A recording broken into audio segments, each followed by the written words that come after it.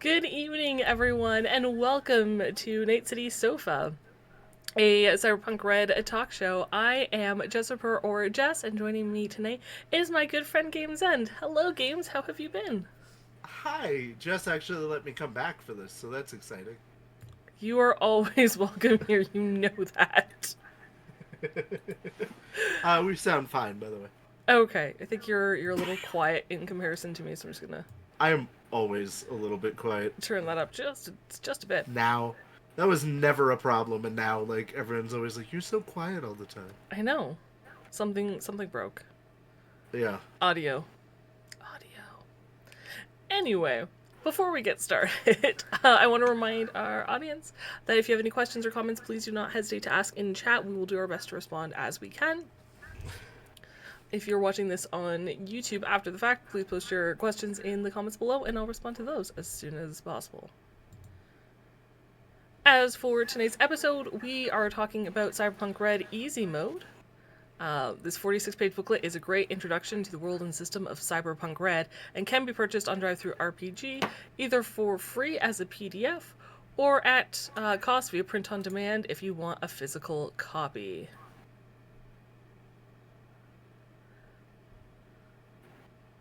Button says she hears you, or they hear you double, but I don't. Thank you, Button. We're gonna see if we figure this out. Nope. Nope, I think you're good. Are you sure? On my end. Is it because you have your earphone off now? No? Okay. Trust you. No. Heroic says that they're okay. I heard myself doubled earlier, but not... It was just a blip, so... It could have been me. Let's blame me. We'll keep an ear on it, guys. Let us know. We'll fix it if we can. So yes, easy mode.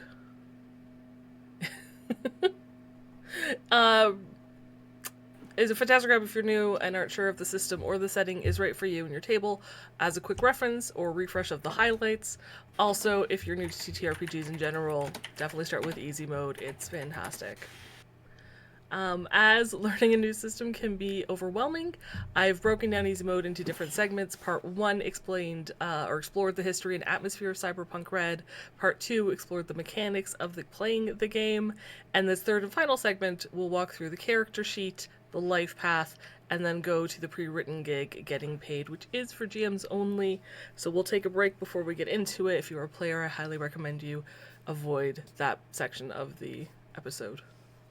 Either way, by the end of all of this, you will be more than ready to play your first Cyberpunk game. Or 100th. If we've done our jobs right. Right. Okay, so first things first is let's go over the character sheet. So I have borrowed 40's character sheet here, which you can see on screen. They are one of the pre-gen characters in Cyberpunk RED Easy Mode. They are a rocker boy. So if you have any notes, you can write them in the top left notes section next to the character. It's so funny, I have it to capture my cursor, but it's not capturing it. It is not. It's the Minecraft problem all over again. I noticed that. Oh, that is the problem. Minecraft? But if I do this, because it shouldn't matter... Nope, you still can't see it. Okay. Thank you, well, OBS Studios, for being broken. Anywho, you can see the handle at the top, the roll next to that. Below that are the various stats. You will notice that luck has a space before its total. That's so that when you use a point of luck, you can write it in there for how much you have left or how much you've spent up to the total, however you want to do it. Same with HP. You can write in your character's hit points, as they probably, hopefully won't, slowly go down.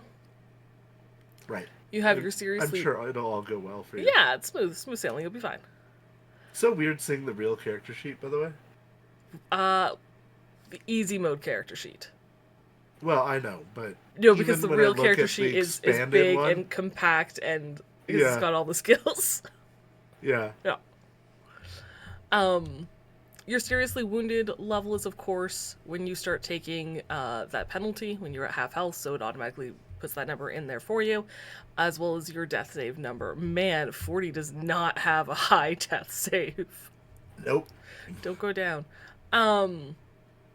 Below that, you have your skills, and for easy mode, they've written just the skills that the characters have. So and the reason the stats there are so important is if the GM asks 40 for, say, a deduction skill, as you can see on 40's character sheet, deduction is not a skill they possess. So the GM would say it's an intelligence roll. So they're going to roll their d10 and add their intelligence stat, which you can see is 5. They simply just don't add any level to it because their level is 0. Yeah, and they're going to be real bad at it. Unless they roll high. Yeah. As Hades has a tendency to do. He'll be like, oh, I have no points in that, or this is really low for me. And then he rolls like a 9 and is perfectly fine. Right. They also have, you'll see brawling is there. They've written it down with the damage. Because 40's body is so low, they only do 1d6. Do not recommend brawling if you're playing this character. Below skills. Yes, games? Nothing. Oh, I thought you were going to say something. Okay. Below skills, we have... No, you turned your head. I thought you had something. We have weapons and armor. Armor for this is light armor jack, covering your body. You have your SP there. You can write before it. If it ablates and goes down, there is space there for that. And then, of course, next to it, you have your weapon. It tells you the damage it will do if you hit, how much ammo is in a clip, if that is applicable, the rate of fire, so how many, attack attempts you get if you take the attack action, and any special notes for those weapons. Again, if you want to learn how skill checks and combat work, please refer to part 2 of this series. Yes, that's where it's all explained. And then finally, at the bottom, they have a really nice, watered down kind of form of roll ability, which is charismatic impact. So for easy mode, it just means when someone is a fan, 40 will get a +2 to any empathy or cool-based skill checks made against them, including face downs, which is very important. And notes their cyberware and some basic information about that, and then finally their gear. So it's a very simple character sheet that you will need to play this story, and without getting overwhelmed by all the extras. Honestly, this is all you need to play the game. Yes, all the other stuff is great, but if you have this, you're more than capable of doing it. Exactly. So that's the character sheet. It's very standard. It's very straightforward. Everything is there. Everything you'll need to know. Everything you'll need to know to play this adventure is there. It's really great, and it's got fantastic character art. Right. Yeah. I wish that my homemade ones came with really good character art. That's what artists are for. Back in the day, one of the few things I could draw was a Stegosaurus astronaut. So when you have the box to draw your character picture in most role-playing games, I would just draw a Stegosaurus astronaut as my character for every game. I love it. There was it has to be an accurate representation. Right. So yes, that's the character sheet. If anyone has any questions apart from ablating armor, because that's in the part 2 video, you can check it out there. Oh, I answered that. I saw that. That was great. But I think that's it. Yeah, character sheets are not complicated, but they are very important. Very important. Know your stats. Yes. All right, moving back to our regular screen Do they have here. a place for IP on the character sheet? On this one, no, they don't. Okay, I was just wondering. Because this one is just kind of an introduction, so it's not the full system. There's a lot that they don't include in this. Yeah. A lot of nuances and extra things that you can do. They don't have all the roles, for example. Netrunning is completely taken out because netrunning I get it. is a lot. And if you just want to get into the system, not Netrunner. It's got its whole. It's like a Especially, whole mini game. and So, Red is so much better about it than 2020 was. but Red it's is like still a you can lot. still do a thing, but yeah, no. If you have an entire session where you're like Netrunner's doing something important, the rest of the characters are like, I'm gonna sit here and eat popcorn. Yeah. It used to be worse though. So that's it. So now that you know the character sheet, that's like the basic information that easy mode gives you to play the game. But they leave out the life path section because they let you fill that in and make your version of those characters your own. And Games is Yeah. going to talk about the life path. I was gonna say, well, nobody wants to be a cardboard cutout of a character, which is effectively what you are by the time that you're done making your character. Like, picking your character in this, but or playing the game, making your character, you are a lot like a solo is a solo is a solo. Granted, you made choices and you made it your own, I'm sure, but life path is really what breathes life into the character. So it is a group of categories that for each one you can either pick one, which sometimes is what you have to do, or roll a die to figure out what you want to do for that. That can really help define your character for you. And a lot of times, rolling life path is the first thing I do when I'm making a character because it could tell me so much more about the character than I can figure out by the numbers. I remember I had a character who I had like made, and he was going to be like some Brooklyn guy. And then on the first category, I'm going to talk about cultural origin. I rolled that he was a Pacific Islander, and I was like, all right, so that's going to change some things. But yeah, so there are a group of categories. We'll go ahead and talk about those real quick. Actually, before you get into that, I will say I think even in my character creation video that will eventually come out at some point, when I create a character, I do the same thing. I run the life path first. I don't pick a role. I don't necessarily pick skills or anything. I run the life path first to see who my character is before I start plugging in numbers. Right. Well, and this life path is pretty basic. It just kind of gives you a broad stroke version of the character. And yeah, like you said, it really helps define the character.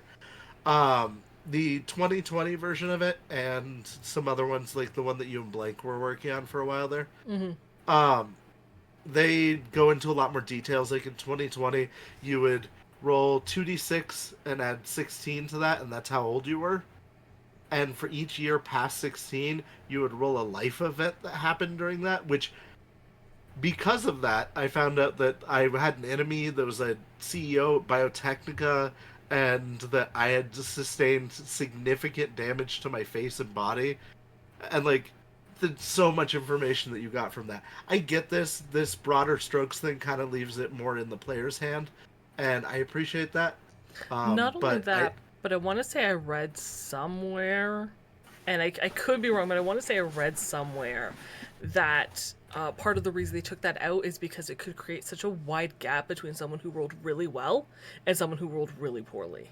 And they didn't want that anymore. They wanted to kind of keep it all on a more even playing field. I get that. I like that wider gap. It doesn't have to be quite so wide because, like, yeah, if you rolled enemies for every year, I would never allow that as a storyteller. If somebody was like, yeah, so I rolled enemies and tragic love affairs and I lost, like, did bad jobs for my entire life path, I would be like, no, let's re-roll that. But then what do you do when someone's like, oh, I won the lottery 10 times? I would also say, no, let's re-roll that. There has to be some balance. But yeah, no, I get why they would take that out. It's just, it was something I really enjoyed. It was really cool, but yeah. But the first item, Cultural Origins, it's just a list of 10 different places that your character could be from. Going North America, Central America, Western Europe, Eastern Europe, Middle East, Sub-Saharan Africa, South Asia, Southeast Asia, East Asia, and Oceania. And you roll a d10 and figure out where your character hails from. Which can actually define a your lot character, about... but like your family heritage, right? Your heritage, yeah. Because, like, if you rolled Central American, you could, like, lean into the, like, oh, okay, I have the traditions of like the Dia de Muerta and stuff like that, Yeah. if you wanted to. Um, so, I mean, it just kind of helps you get an idea of where your character comes from, I guess. Yeah. If you So, want to get really crazy, um, I what I like to do, or what I didn't do it for my character now, but now that I've got a handle on the system, I roll twice, because I would roll for my character's like parent on one side, their origin, and my parent on the other side, their origin, because chances are could be different. right. Right? If it's the same, That'd it's be the cool. same. I But bet you could get some neat stuff out of that. exactly, right? Yeah. All right, moving on. Sorry. Next up, you know you're good. Is your personality, so like what your character is like. And this is the one that most often I end up having to pick because I roll it and I'm like, I don't see my characters being fluff headed. So I'm gonna go ahead and just pick something else from the list because, like, okay, the things on there like shy and secretive, rebellious, antisocial, arrogant and I proud, get moody, the rash. nitpicky one. Yeah, do you? Fussy? I tend to roll Yeah, that a lot. picky, fussy, and nervous. Yeah. Yeah, and I usually get 7, which is the silly and fluff-headed one. Yeah, I And get I'm like, broody and rash, or moody and rash, or like fussy and terrified. so guess what Wraith is? I know that's a cheat. I can't guess because I He's know what it is. I don't think it fits. right. He is intellectual and detached. Yeah. He started silly and fluff headed. Yeah, Yeah. I would say for sure.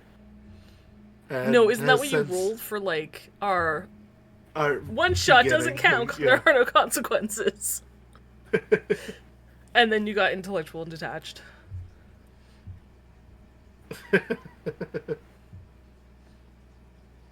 Sorry, I was reading chat. You're good. And then after you figure out your personality and cultural origins, it moves into your dress and style. And this has 2 different departments to it. It's got like what is your look that your character goes for or commonly is dressed in, Yeah. and then hairstyle. And I'd like to think that like if you rolled generic chic, it isn't like that's your preference, that's just what you wear. And I rolled that my character's like, oh yeah, he's all about high fashion.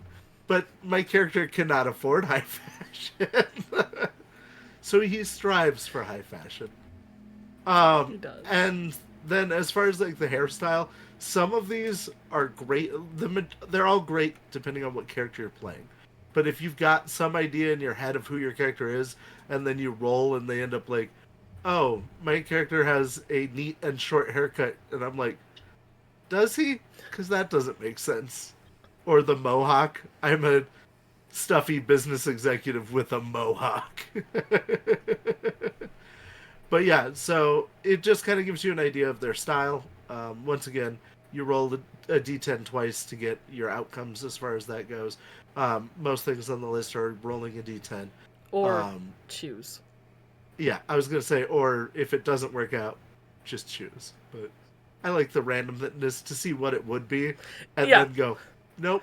Do you know I was creating a character and I rolled and I can't remember what I was. Let's say it was a 9. And I was like, oh, that so doesn't fit. Like I'd rolled so much like on the life path up to a point, and I was like, okay, like I've got a good idea of this character now, right? And I rolled something that say it was 9, and I'm like, oh, that does not fit, whatever it was. So I rolled it again, Yeah. and it was 9. I'm like, nope. And I rolled it again, and it was 9. I'm like, okay, it's a 9. Fine.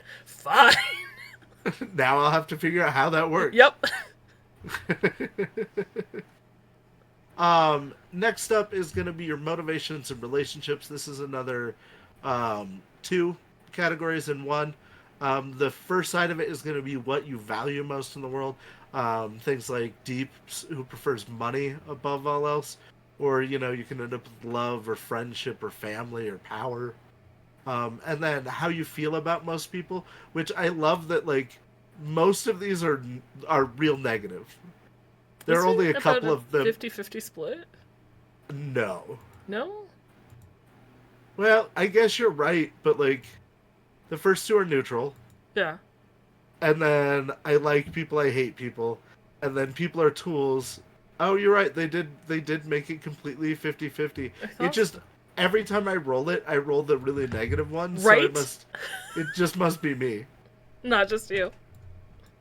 But they have like wipe all people out and let the cockroaches take over is one of the categories, and I've rolled that more than once, and I'm like, no. I don't think I've ever so gotten angry. That. But yeah, there's a lot of good stuff in there. It's just kind of like, do you see people as tools that can help you achieve goals? Do you see them as, intricate beings that you should appreciate? I guess I don't know. But there's, sorry, go ahead. Yeah, I was gonna say for these categories, especially like here, this is where I start when I'm creating a character to figure out why. Yeah. Why does my character, maybe value friendship, but believes that screw the world, like cockroaches take over? Yeah. What events, series of events, or defining moment? How do these pieces fit together? Hit that, yeah. Yeah. Well, and that can cause you to make some really interesting characters also.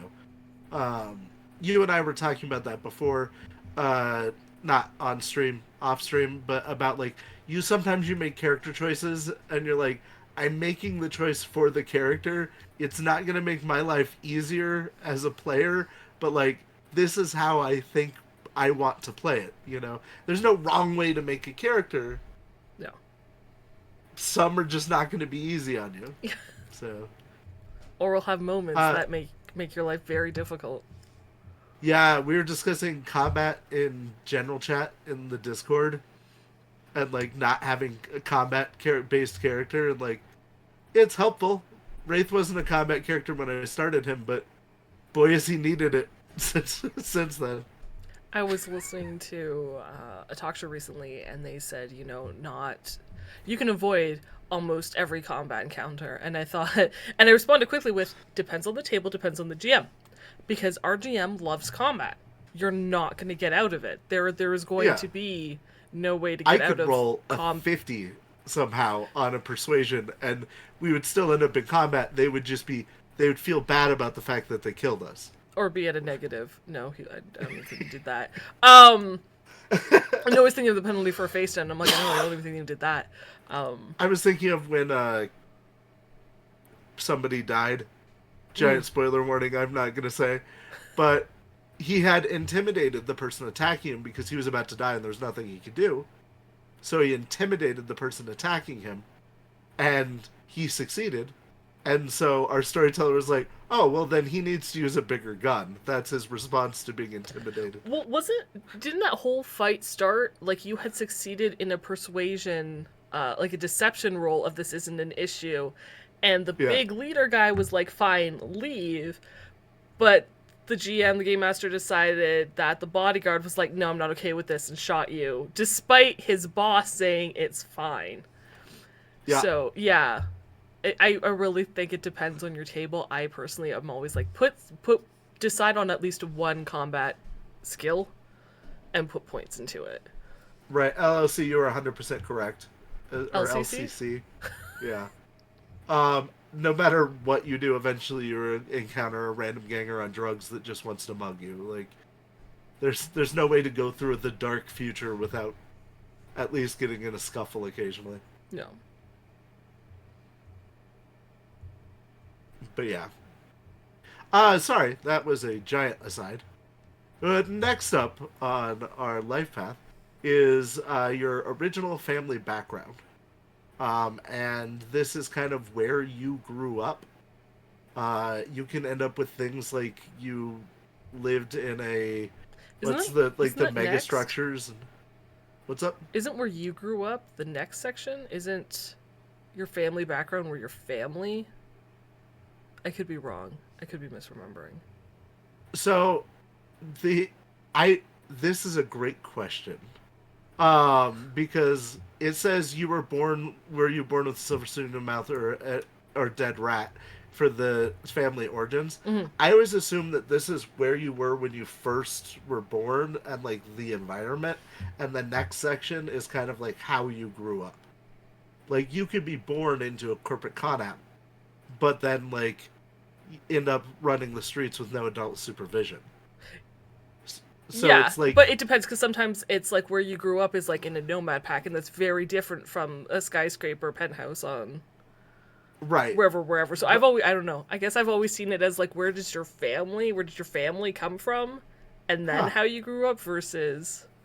I always see this part as being where your family was at when you were born, and then like how you adapted to it being the next section. Very interesting. But I could see it I both like ways. that. No, that's cool.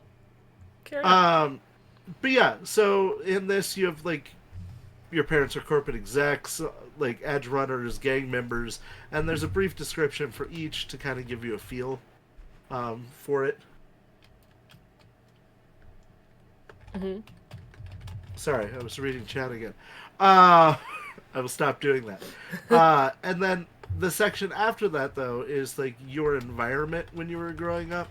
And that is like, you know, you run the streets, you lived in a safe corporate zone, which would be weird to roll like you were a part of a ganger family. There was some violence in your home. You know, gangs could take over at any moment, blah, blah, blah, blah, blah. And then you roll like, spent life in a safe corporate zone with walls around the city. Like, I see how there's conflict there, but I think, like, in my mind, one's, like, where your origins are, and one is, like, where you went to from there. So. Fair enough. But, once again, both of those are D10 rolls to kind of give you an idea of your young life, I guess. And then, at some point, your family goes through a crisis, which is the next one. You roll a D10 to find out what happened. It's never good. Yeah. Nobody has a happy childhood in this game. Some of them are like, your family lost everything through betrayal. And other ones are like, your entire family's dead. Yeah. Or you could do both. I guess, like, the most positive ones are like, your family is involved in a long-term conspiracy, organization, or association, such as a crime family or revolutionary group. Like, at least they're not dead, or I guess. Or you took on a hereditary dead that, isn't that one of them? Yeah, uh-huh. Yeah. Yeah. Yeah. I guess that the happiest one of all those is your family's part of a cult, would be. They're still fine. They're just fine. They're just, you know. in the mob now. So then you roll friends, and for friends and exes, you make a roll first to see how many friends or exes you have, and then we find out about them. So on a D10, you roll a D10, and then you subtract 7 from it. So if you get a 10, you can have as many as 3 friends. But chances are you don't have any friends if you rolled less than a 7. Or a 7, even. Because the minimum is 0. Yeah. No. You can't have negative friends, as it turns out.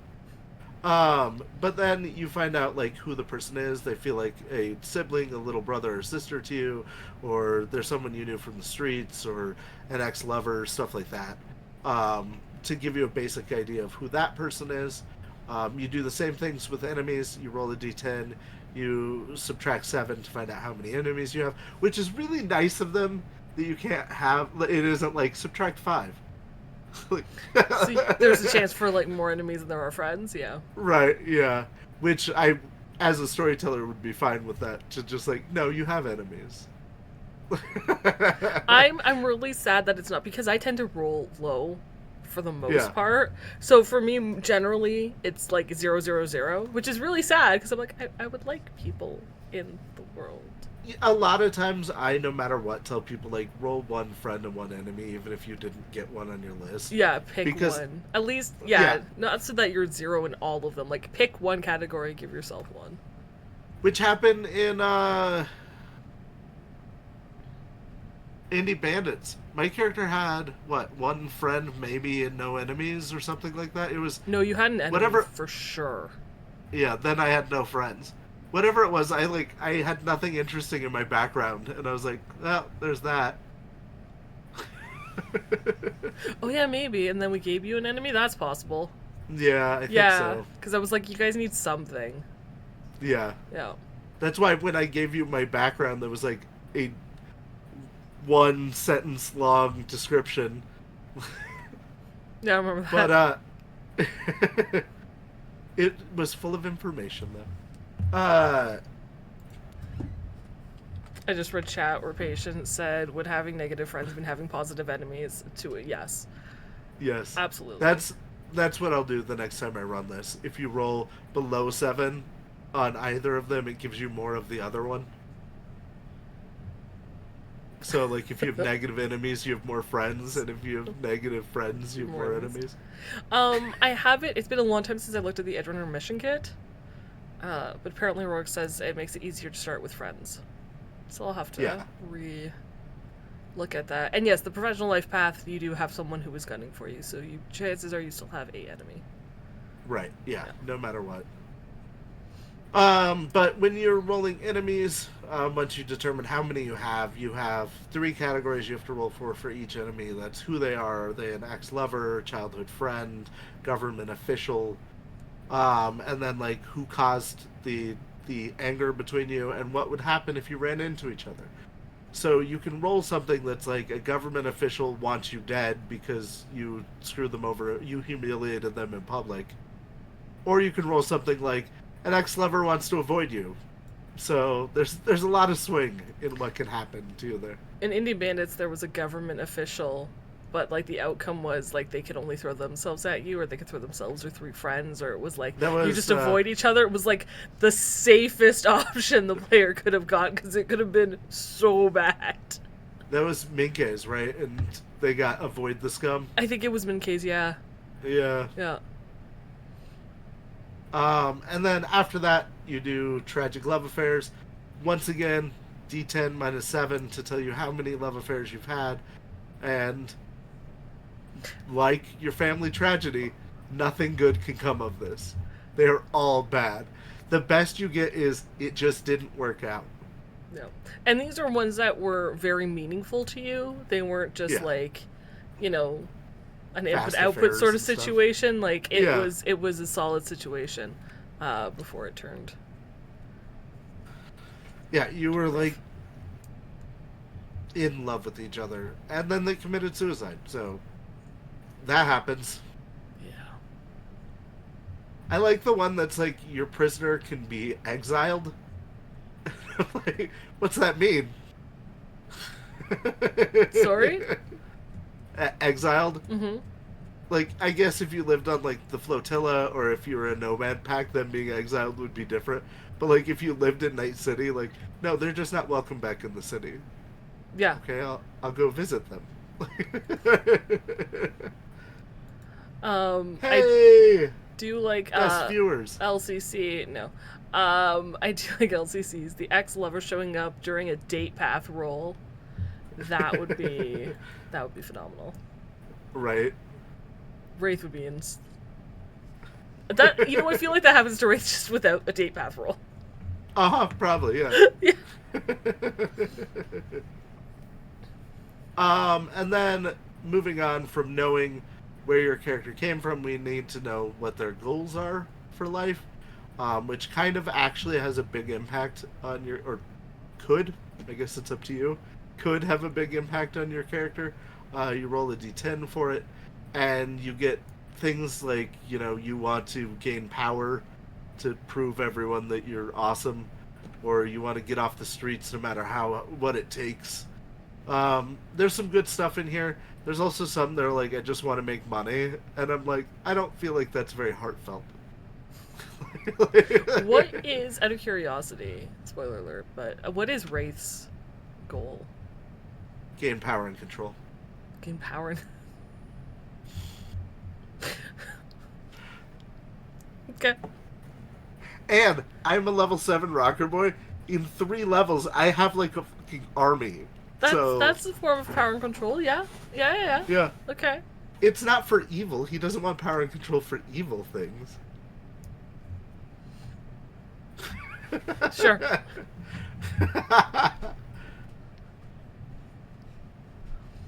I want to ask Moxie's, but... Yeah, you can. Do you want to know? What's Moxie's? Yeah. Gain fame and recognition. Which perfect for media. I forgot for the longest time that was her actual goal. And she had taken such a turn, and I was like, how am I going to do this? Because she actually doesn't want fame. Like, she does not want to be on the cover. She does not put her face on her videos, because it makes it much more difficult for her to do her job, which is corporate takedowns. Right. But then I realized, I'm like, you know what, though? The fame of her name does actually carry a lot of weight, and that recognition of what she's done does work. So that's how Moxie is gaining fame and recognition. It's not through her, but through her persona. But through her reputation. Yeah. Yeah. Yeah. It's like, who are you, Moxie 11? Oh, fuck, you're the dude that did this. Yes, I am.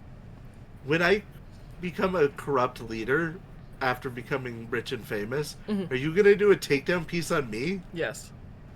Nice. Well, she'll try to talk to you first, because she considers you family. Sign over the rights for things.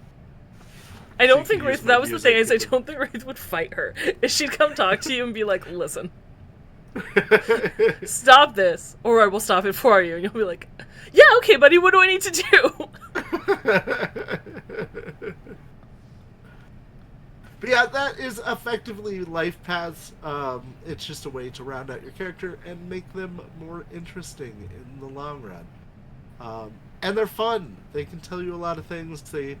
It's weird to go back and look at them later and be like, oh, I completely forgot that I've not been doing that. Yeah. Yeah. Reference that frequently, guys. Yeah. It's kind of important.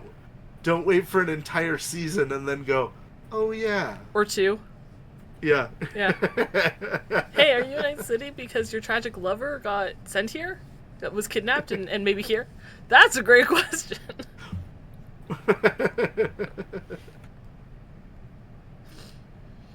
But yeah, that's all I had on Life Paths. They're really great. They leave a lot of room. As I spoke with Jay Gray on the last episode, we were talking about Night City Atlas. We talked about bridges, because he gets to connect 2020 with 2077 and building the bridges that tell the story of where things go. And so for me, these life path beats are good, like, plot points for you to go, okay, now how do I bridge these stories, or what stories do I tell around these things to create my character? Yeah, they're good framework. I agree 100%. I was reading chat again. I just read chat and I was like, she would shoot you in that.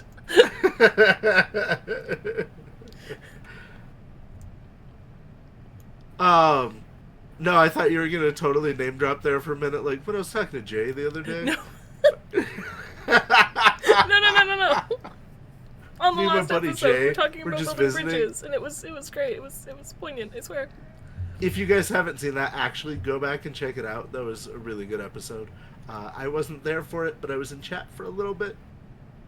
So, a lot of good insight. Some spoilers of what's coming up. So, good stuff. Yeah, but bridges. And okay, I know. Oh no, this is a good moment. This is going to be a longer episode, longer than I thought. I'm so sorry. But with that, we're going to take a 5-minute break, and we're going to return with the second part of the show to talk about the gig getting paid, which is for Game Masters only.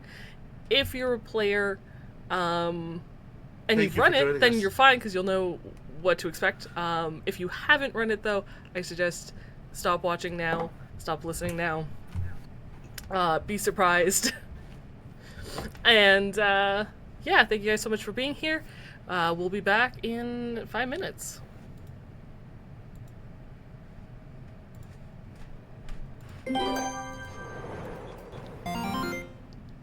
Hello, everyone. Welcome back after the break. There was you saw nothing. Yes, you saw nothing. We're returning here on Night City Sofa to talk about the Cyberpunk RED TTRPG.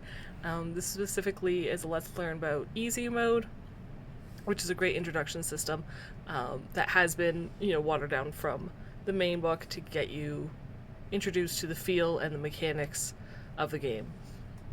even if you download this for free, you should still go out and buy the actual book once you're ready for that step. Yes. But this will give you a good introduction. So yeah, after you fall in love with the system and realize you want to play it, then you'll get the core rulebook. And then you'll get all the extra fun stuff. So this is the second half. I'm going to talk about the gig, which is called Getting Paid. And walking through, especially for if you're a GM and you're new to GMing Cyberpunk RED, or if you're new to GMing at all, we're going to walk through it and kind of hopefully help you out with what needs to be done, things to consider, stuff like that. The mission is 3 pages long, is found near the end of easy mode before all the character sheets, and it assumes that all parties at the table, GM and players, are new to Cyberpunk RED. Not to TTRPGs, just to Cyberpunk RED. Right. Before that, there is a single page warning players not to read any further, note for game masters to ensure that you've read all the material ahead of time, have everything you'll need to play, and finally a brief mission summary for the gig. If you've read Scripting the Game, which is a free supplement that helps game masters write their own mission, you'll notice a similar pattern of alternating cliffhanger scenes with development scenes before reaching the climax and the resolution. So, starting with the quick summary, and I'm reading this directly from the book itself. After pulling a job stealing from the South Night City docks, the money the crew stole is stolen from them by a gang of dirty cops. The crew is lured into a trap to tip them off as loose ends by the same gang who have kidnapped and tortured their fixer, Laszlo, to set the snare. There's your mission summary. So we start with the hook, which is the scene that you set to grab your players, hook them into D&D, it's them in the bar. Like, every role-playing game has, like, the generic beginning of, like, you have to be told what to do somewhere. So yes. Be cooperative. Yes. So this is the hook. It already assumes, because you've already pulled a gig, this is after you've pulled a gig, your crew has worked together. So the player characters know each other. They've at least run, yes, one mission together. That was successful. That was, well, except for their money is currently not in hand. But other than that, the mission was successful. Yes. So the hook for this is called the phone call. And the phone call comes from their fixer, Laszlo. Laszlo is currently being held at gunpoint and being forced to lure the players into a trap. When he talks to them, the tone should be strained when he tells them the pickup point for the meeting has changed. If questioned why, he won't give specifics and will keep assuring them everything is fine. So as a game master, make sure your tone continuously sounds stressed, or maybe there's a stutter, maybe there's a long pause before he answers. Something should indicate to your players that something is wrong, despite him saying, "Oh yes." To the contrary. It's fine, yeah. Yeah. He also won't talk long, and before the PCs can ask any question other than, "Hey, why is the meeting point changed?" And you're like, "Oh, don't worry about it. It's fine. Absolutely fine. Fine. If they start to question more than that, the phone call just ends.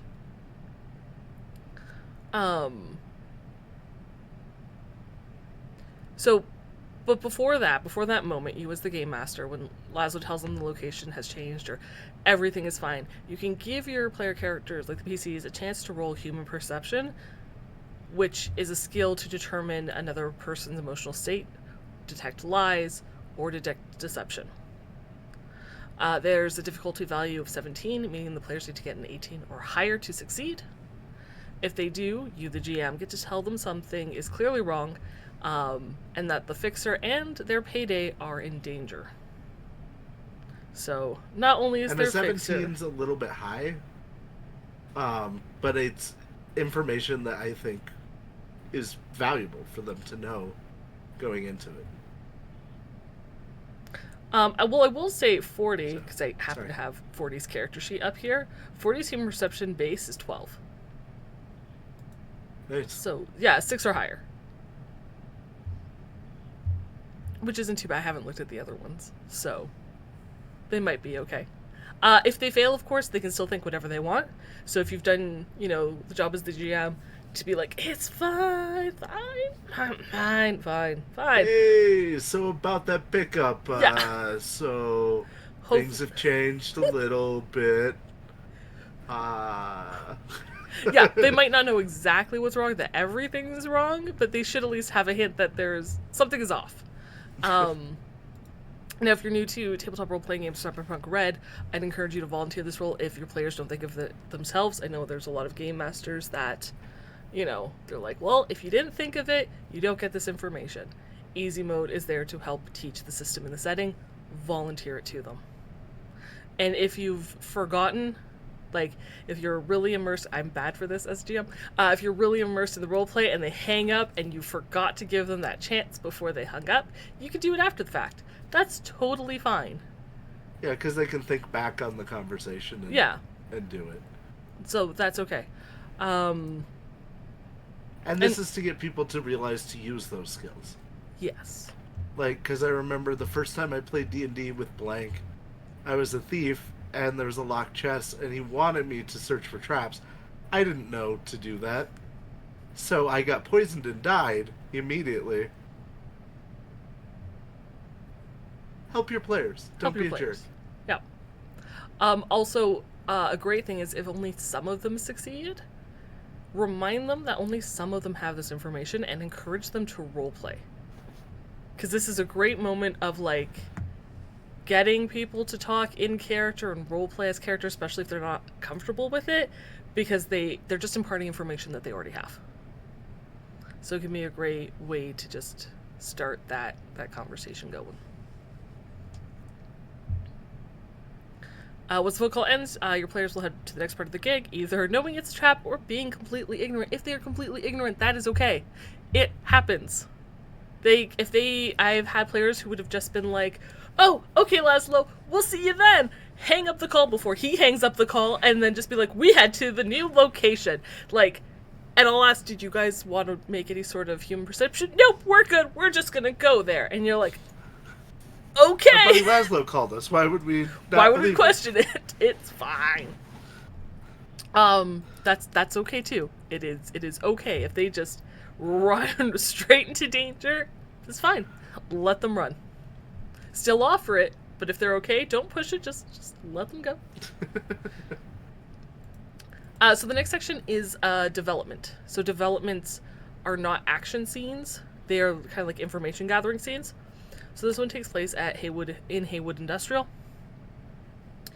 The purpose of this scene, in my opinion, is to give the players a chance to plan and potentially learn of the ambush or more about the ambush before combat, which is the next scene, a cliffhanger or an action scene. The first 2 pages of maps in easy mode are the battle maps for this upcoming combat and can be used as a visual aid to help the players make tactical decisions. Personally, I wouldn't hide that from them. I describe the situations they approach, just give your overall basic knowledge. You don't have to show them the map at this point, because you can ask your players how they want to approach the situation. And if they're like, oh, well, we're just going to walk in or whatever, then show the map and be like, okay, so as you're getting to this location, notice there's various entrances. Which way would you like to enter from? But let them see the map.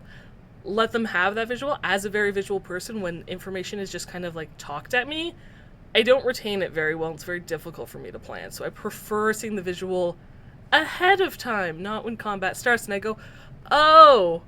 There was a wall there. This is very different from what I pictured.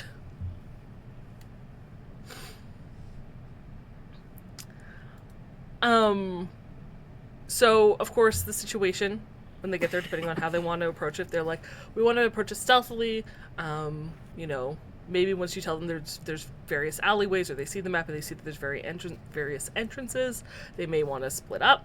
That's totally fine. If you have your chaos gremlins that are just like, we're going to go through here all together and we're just going to walk boldly, that's cool. This is, of course, where the ambush is going to take place. So for you as the game master, you need to know that the group of dirty cops are waiting to close off the alleys. And then they're going to try to kill the PCs in the center of this alleyway section. They're closing the kill box. Yes, they're closing in the kill box. I would leave certain alleys open, but definitely block off whichever one or ones the players entered from. Because they would have been watching, they would have moved into that position. In the center of the alley is a hooded man handcuffed to a briefcase. He's one of the dirty cops, and the exchange is the cue for the combat to start. Your players don't know this, of course. It's important for you as a GM to have all this information. Also, if your party, if your crew, your players choose to make a skill check that would help in the situation. For example, the book doesn't say this, but for me, for example, it's tactics or stealth, and the check succeeds a DV-17. That doesn't mean that that's what they need to succeed in their check. For stealthing quietly, you may decide it's only a DV-13 or DV-15, but if they exceed beyond 17, so 18 or higher, give them a beneficial piece of information.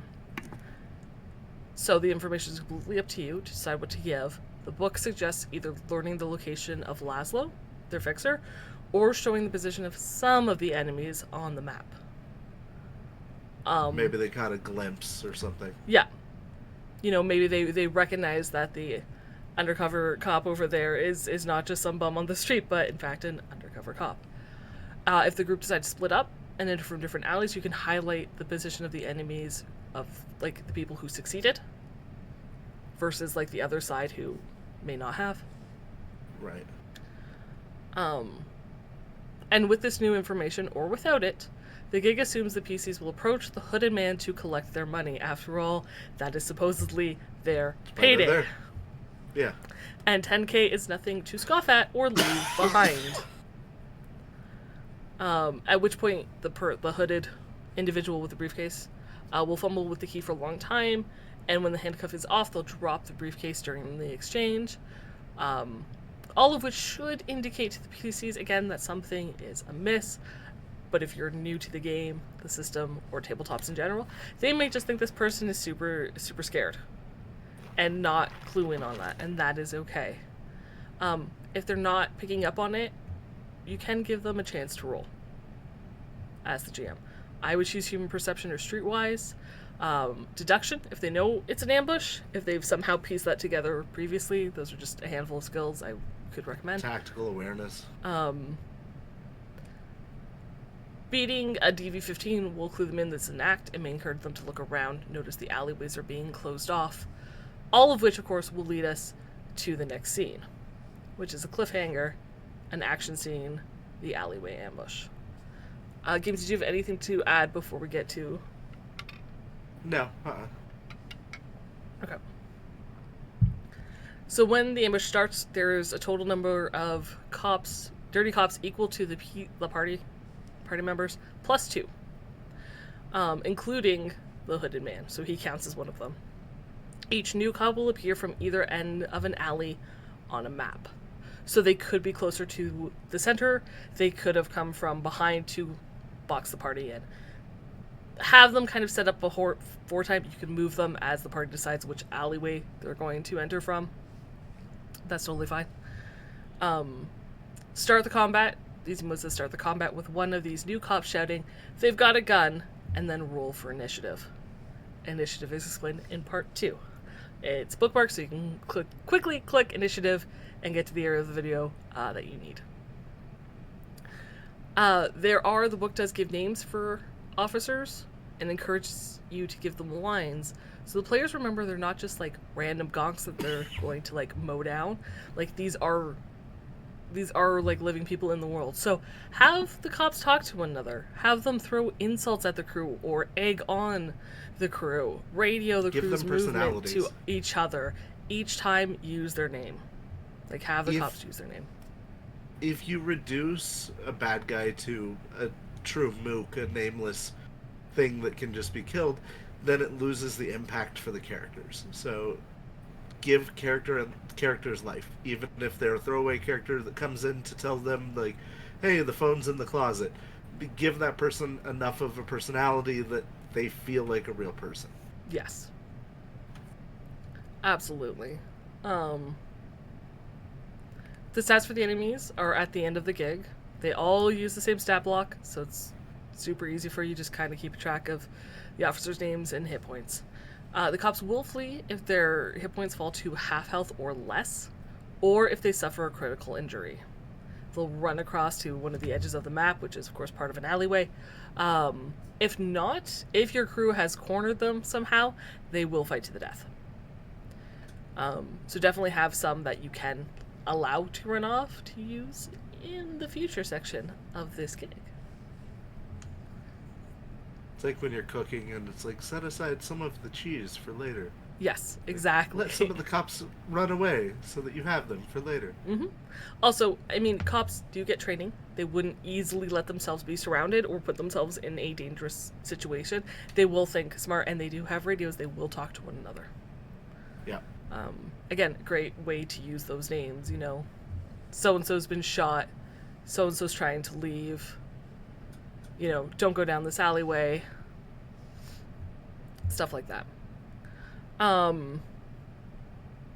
That being said, of course, if a party member stayed back because they rolled super high and they know where one of those positions were and they purposefully stood there to cut off an exit, let them have that moment. Let them have that moment. Let them pin that cop. There are plenty of others who could escape. Right. Let your players be rewarded for their actions and their decisions. Yeah, don't take away awesome moments from your characters. Let them have fun. Yeah. They thought about it. They were like, I'm going to stay behind to do this specific thing. Let them revel in the joy that that specific thing worked. I do like the next part about interrogation. Yes, I'm getting there. As the GM, keep track of the cops that escape, especially the names. If the crew manages to disarm and capture a cop, they can interrogate them. The interrogation check is DV-17. It's not going to be easy. Success will reveal the cop's hideout. They will impart that information. Failure will get no information, probably just a bunch of angry cussing. And a very violent interrogation that fails can kill the cop. So if you roll a critical failure, a natural 1, and then maybe a natural 10, and it ends up being like a -5, whatever means you were trying to do to extract this information violently probably kills your suspect. It's like that scene in Pulp Fiction.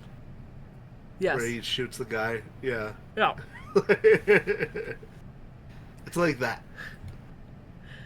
Once the shooting's ended, Laszlo, the crew's fixer, will start shouting for help now that he got the gag off, and the crew can find him in a nearby storage room. And that will lead to the next scene, which is a development, right? Because the action's done, so we go back to information gathering. The next scene is saving the fixer. So in the scene, the crew finds Laszlo bound. His left cyber hand has been dismembered, it's on the ground. There's a ripped T that was formerly holding that in Laszlo's mouth to act as a gag. His right hand is suffering the crushed fingers critical injury, and he only has 5 hit points. Despite all this, he's doing well and is happy to see that the crew survived the ambush. Laszlo is a trooper. If there's a medtech, if one of your players chose the medtech role, he will ask them to quick fix his crushed fingers, and if they succeed, he'll owe them a favor. Before he gives over the next kind of bit of information. The cops who roughed him up and stole, the crew's money, caught wind of the job from an informant they have close to the South Night City docks. Remember, South Night City docks is where the crew did the job that they were getting paid for. Easy Mode stresses that here's a great moment to introduce an enemy from the life path of one of your players as that informant. And through that information, you could also introduce, like, if you're going to go on past this to tell a longer running story, you could introduce an ongoing villain at this point. Could be. That Barry, who works at the dock, was the one who set them up the whole time. No, justice for Barry. Don't you dare.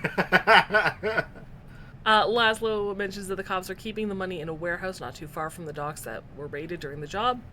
Laszlo believes the money in the briefcase is fake, and if the crew wants the real money, they should go visit the warehouse and kill the cops before the cops can recover and hide the real money. And this pushes a lot of that pressure where they can't be like, oh, well, we'll just, go to sleep for a night and take it out tomorrow. Like, no.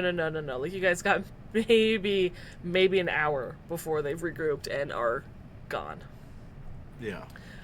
If and I like how... Oh, sorry. Go ahead. Nope. I was just going to say, I like how here and before, if they were to check the briefcase during the combat, they would, and do a forgery check, they would find out that the 10,000 eddies are forged. Yes. How expensive is it to have 10,000 eddies forged and, like, just have that around for, like, okay, we're going to set up a trap for these guys? Like, well, because that's a forethought. Because they're dirty cops, I assume it's probably taken out of evidence from some prior forgery whatever. Business. Yeah. Yeah, it makes sense because they have a little more access with, like, evidence that went missing. Right. Or for payoffs, exactly. That are cops, it was in the back room. And again, if the crew didn't look at the money during, the exchange, or they didn't stop during the combat, now's a good time. They can do it. If other people are talking to Laszlo and someone else wants to take a look at the cash, they absolutely can. It is DV-17 forgery check, as Games mentioned. If they fail the forgery check and they're not sure, and Laszlo's like, it's probably not real, I can take a look at it for you. Not here, not now. Also, he's suffering from the crushed fingers. Still very injured. Injury, yeah, even if you quick fixed it, like, 5 hit points, he's done. He wants to get out. But you can say that he'll hold the money and do a check later. But he absolutely does, encourage them, whether or not the money is real or fake, they should still take care of the cops that are lingering. So once the players are done questioning Laszlo and head to the warehouse, we'd move on to the next scene. Now, what happens if that wonderful piece of beneficial information you gave them was where Laszlo was being held first, and the players decide they want to rush and help Laszlo and not rush to the guy with hood over his head? It screws everything up. Because that's not part of the gig. Yeah, it kind of does. And if you're a new game master, you're new to it, that can be very shocking. You could be like, oh, I don't know what happens.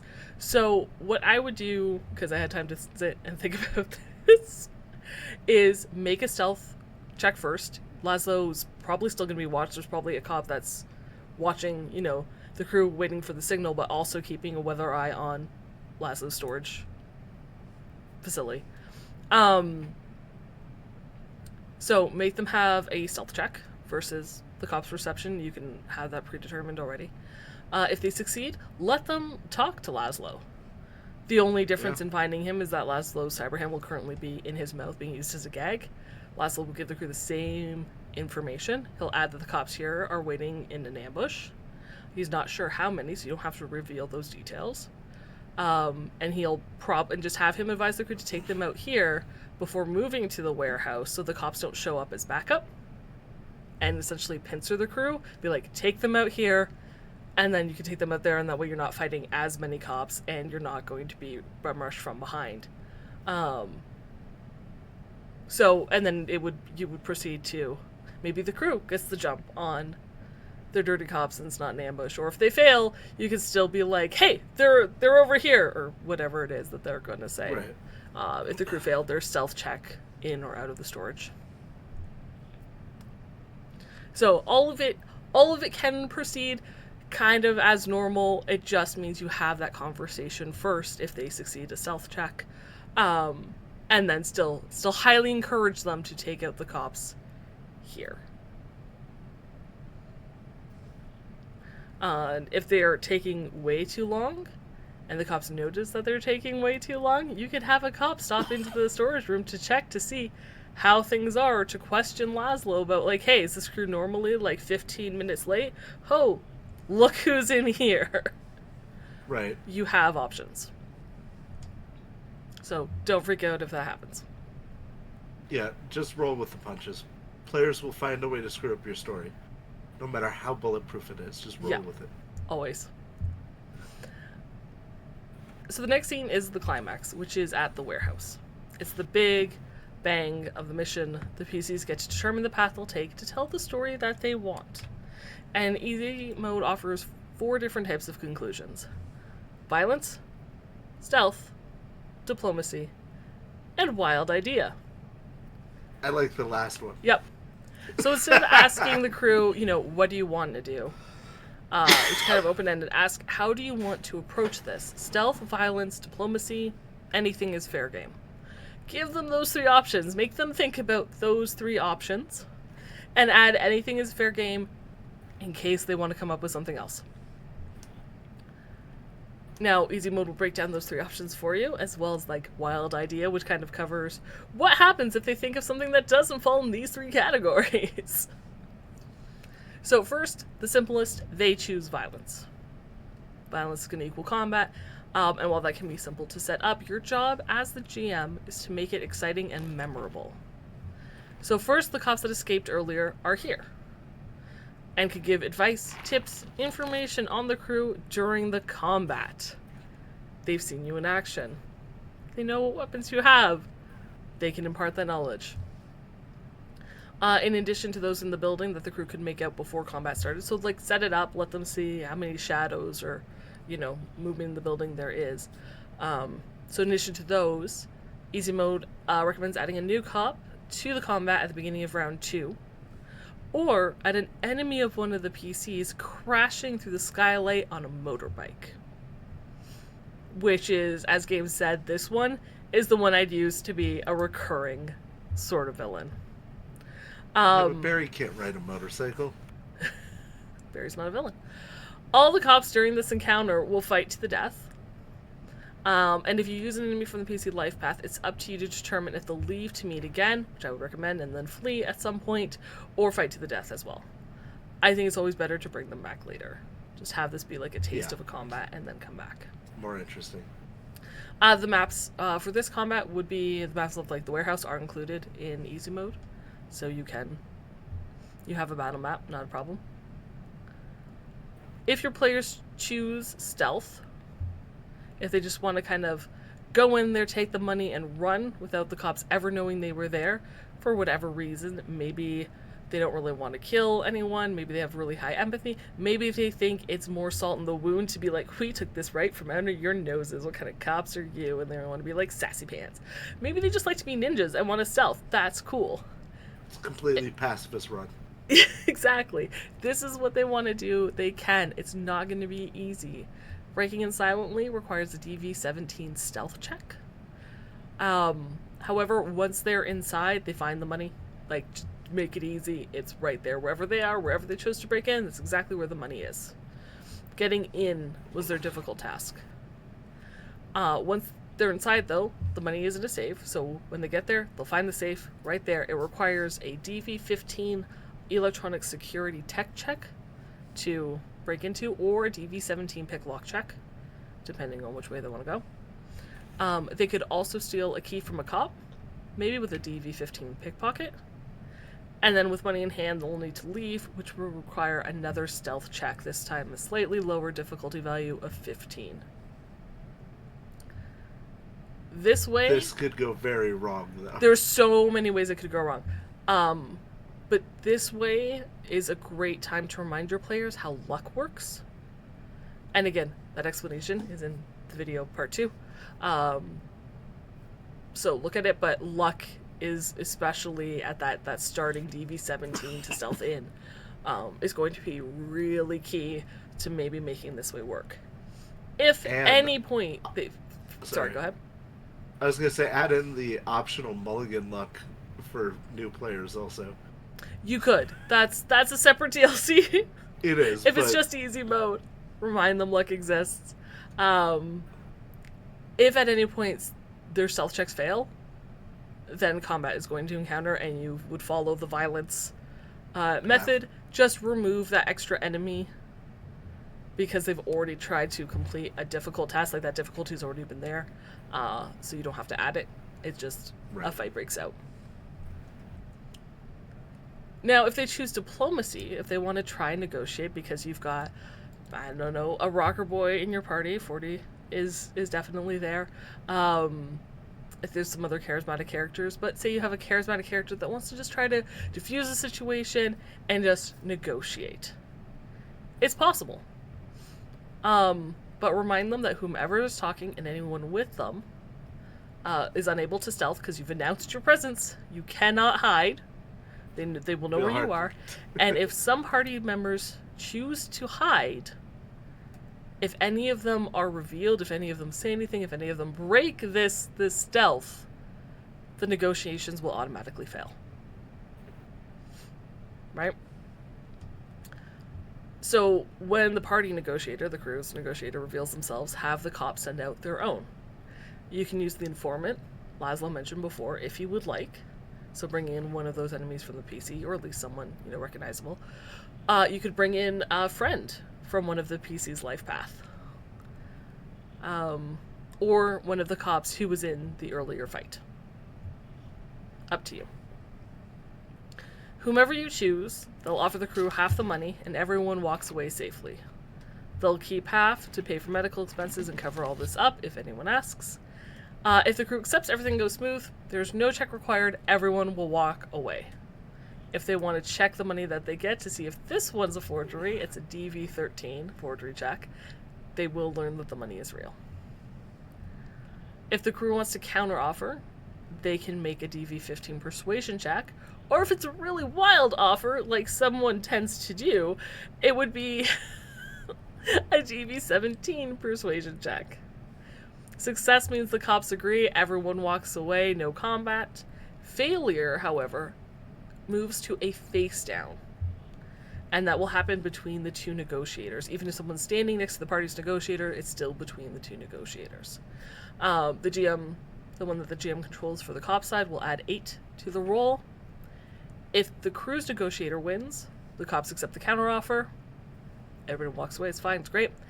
If the police win the face down, they lower the offer to 30% of the cash, and if the crew doesn't accept immediately, they'll kill them. That is your offer. You take 30% now, or immediately, or we'll kill you.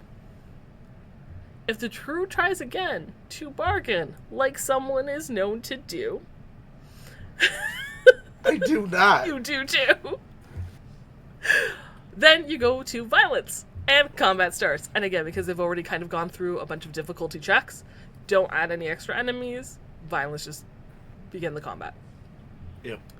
Now, if a rocker boy is the negotiator, then whoever's negotiating on the cop side automatically is a fan of their music. Give them that bonus. Don't even ask if they are. They just automatically are. So, at that point, because of your role, Charismatic Impact, it says you get a +2 to any cool or empathy skills. And then another +2 to any face downs. So if your rocker boy 40 is the one that you're playing, and they're the one negotiating, they'll get a +2 to their persuasion rolls, and makes it a lot easier to hit those higher DVs. And if it happens to fail and they go to a face down, they still get a +2 to that face down to try to bring it back. Yeah. If the negotiator's a friend to the crew's negotiator, you can give the player a +1 to the persuasion check. This isn't in the book, but I would say they're a friend, so it's going to be a lot easier to grease the wheels. I wouldn't put it as high as Charismatic Impact, because that takes away from the roll ability, but giving them a +1 is really nice. If they're an enemy, there's no negative. They just don't get any positives. If they're the enemy of the rocker boy, I would say that they wouldn't get a +2, as the enemy is not a fan of the rocker boy. They're clearly an enemy, not a fan. So that is the only caveat. For me, personally, I would choose somebody else's enemy and let the rocker boy's roll ability really come into play. Yeah. And if all that fails, if they don't choose diplomacy, and they don't choose stealth, and they don't choose violence, and they choose something else, which is bound to happen because they always will, go with it. All you have to do is find, and if you want to take a break, because that's the thing that's never really stated for new game masters, if your party throws something completely wild at you and you're like, I have no idea, like my mind is blank, just be like, you know what guys, this is great, like let them fill you in on their plan, what they want to do, and say, this is great, let's take a 15-minute break, and we'll come back to this, lock yourself in a room, try to figure it out. Scream into a pillow. Yeah, scream into a pillow, then try to figure it out. The book says, go with it, find up with some way to come up with a DV15 skill check that makes sense, that's relevant to their plan, and then give them a DV17 skill check to kind of up the stakes and prove as that final challenge. If combat is part of the plan, use the violence option, but skip the extra enemy, because that first part with that skill check of the DV15 that you're going to create will be avoids that first difficulty. Yeah. Yeah. So that's the climax. Yeah, I was gonna say, at the end of the day, this is more about having fun with your friends and telling a good story that people remember, and walking away from something you enjoy. Like, if the characters do something silly, awesome. Let them do something silly. As long as everyone's enjoying themselves at the table and let them have their moments, cool. Yeah, 100%. And then finally we get to the resolution. The resolution's really quick. It's the consequences. It's what happens at the end. So no matter what the outcome is, as long as the crew survives, they have the money, even if it wasn't as much as they wanted. Thus, they got paid for the job that they pulled at the South Night City docks. So what happens now?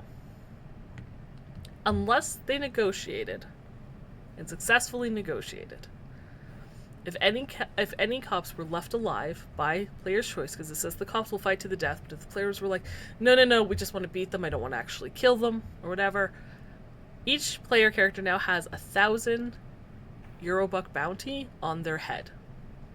With the exception of the person who took the briefcase from the dirty cop named Leonard at the alleyway, they will have a 2,000 Eurobuck bounty on their head.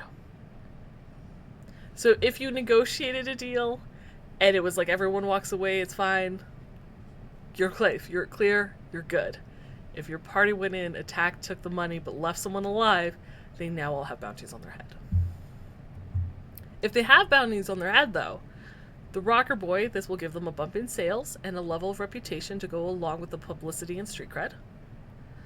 For the media, they get 2 levels of reputation, as is kind of a badge of trustworthiness in the news community to be wanted by the state. The medtech will have a favor from Laszlo if they were able to quick fix the injury. And any friend or enemy that was introduced can either appear to thank their friend or vow revenge before going underground. So for me, because this gig, and this is the end, right? This is just kind of your wrap up of these were the consequences to the actions that took place about this. And it could seem, especially with this conclusion, that the media, the Rock Boy, the medtech get all these fancy bonuses. I would try to make sure that the enemies, if possible, for the informant, for the one that shows up, for the negotiator, whatever it is, comes from someone else's backstory. If there is a solo, if there is a tech, give it to them. That way, everyone feels included, not just, these 3 get bonuses and the other 2, sorry, you're SOL.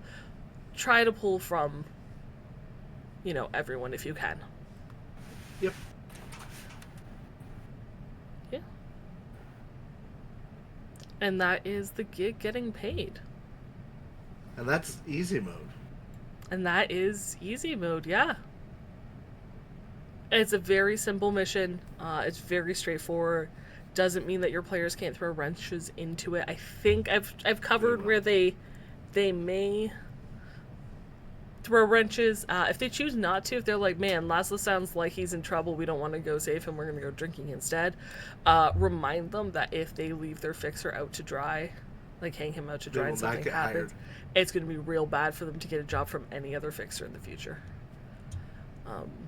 Push that narrative, like, go help. You're also not going to get paid for the job that you did if you don't go help. Right. But if money doesn't work and they're like, yeah, that's fine, be like, no fixer will give you work because you abandoned the last one.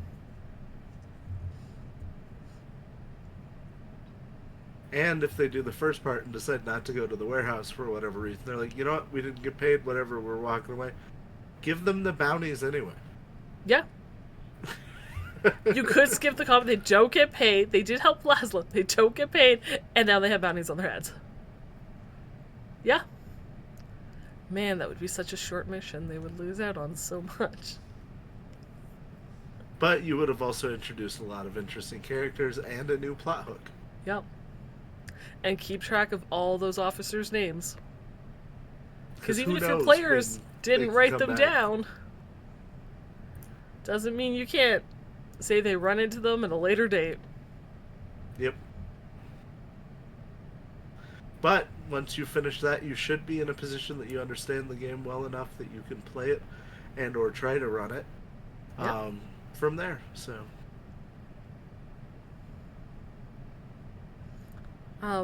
yeah, that will conclude this episode of Night City Sofa in this Let's Learn series. I hope it's been helpful. I hope you guys have learned a lot. I hope it's answered any questions that you may have. And not created new ones. If they have created new ones, please comment below and I'll do my best to answer them. Join us on the Discord. Yes, join if you have questions. The Saves Versus Death Discord. That's where we hang out. We can help answer them there, and there are other game masters who can certainly put in their 2 cents. So yeah, thank you all for joining us. If there's anything in the future that you would like to see discussed, please let me know, and I'll prioritize that. I'll try to bump it to the top of the list. Night City Sofa will return in 2 weeks on Friday the 21st. We're going to talk about characters' backstory. How you can go about creating yours by fleshing out that life path. So even if not a lot happens, you can put in more than 1 sentence of backstory for your GM. And, that 1 sentence was very intriguing, by the way. And tips and tricks to try to help immerse your character into the world. So join us on the 21st for character backstory creation. Games, thank you so much for being on the show with me. Yeah, thanks for having me. Always I get the impression I will not be welcome back for backstory. You will be. You will be. Because I'm the one who needs it the most. Maybe. But yes, let everyone know where they can find you and more of your wonderful content. Hi, I'm Games End. You know who I am. Everybody does. You can find me on every social media by looking up Games End. There's a 3 instead of one of the E's, but I won't tell you which one. Mystery. Yeah, so intriguing. Honestly, if you post anything on the Saves Versus Death Discord, chances are I will be one of the few people who respond immediately and or within a couple of minutes because I don't sleep for some reason. And you can find me on some other channels, Rolled Up Gaming. I am about to start a 5th YouTube channel here soon for my Minecraft Monday stuff, just so I have a place to dump all those videos.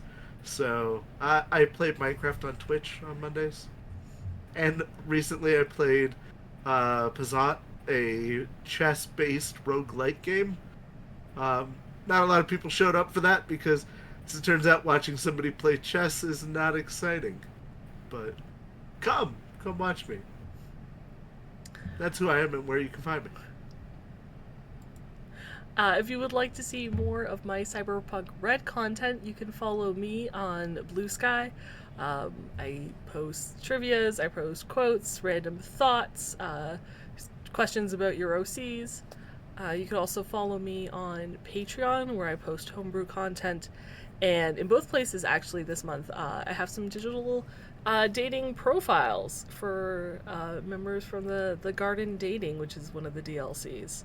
So that goodness real fun. That goodness is on Patreon and Blue Sky. If you just want to hang out and chat, Twitch here on Sundays and Mondays is when I stream games, and then of course Saturday I play Cyberpunk RED actual play over on Saves Versus Death. So that's where you can. Blue Sky is I post all where I'm at on Blue Sky, so that's probably the fastest place to find me and where I'm at. Good to know. There you go. We are going to be rating Apochromatic Unlimited tonight as they are playing for charity. Of course, that says invalid username. I could have swore I copied that correctly, but apparently not. Oh no. I'm breaking things. We're good. But they are playing some Cyberpunk RED, so we are going to. I can't type in there. That's good. That's good. I know. I almost rated are you them in need of assistance from their channel, which would have been real good. Why does this say invalid username? Are you typing it Is wrong? it not at? Is it just raid space? It's just raid space and then the name of the channel. There we go. Oh my goodness. Yeah. I'm so sorry, guys. They're playing Cyberpunk RED. They're playing for charity. So we're going to go and raid them. Please stay safe. Remember, you are loved. You are an incredible individual. You have a voice. Be loud. Be proud of yourselves. We love you very, very much. And until next time, stay frosty.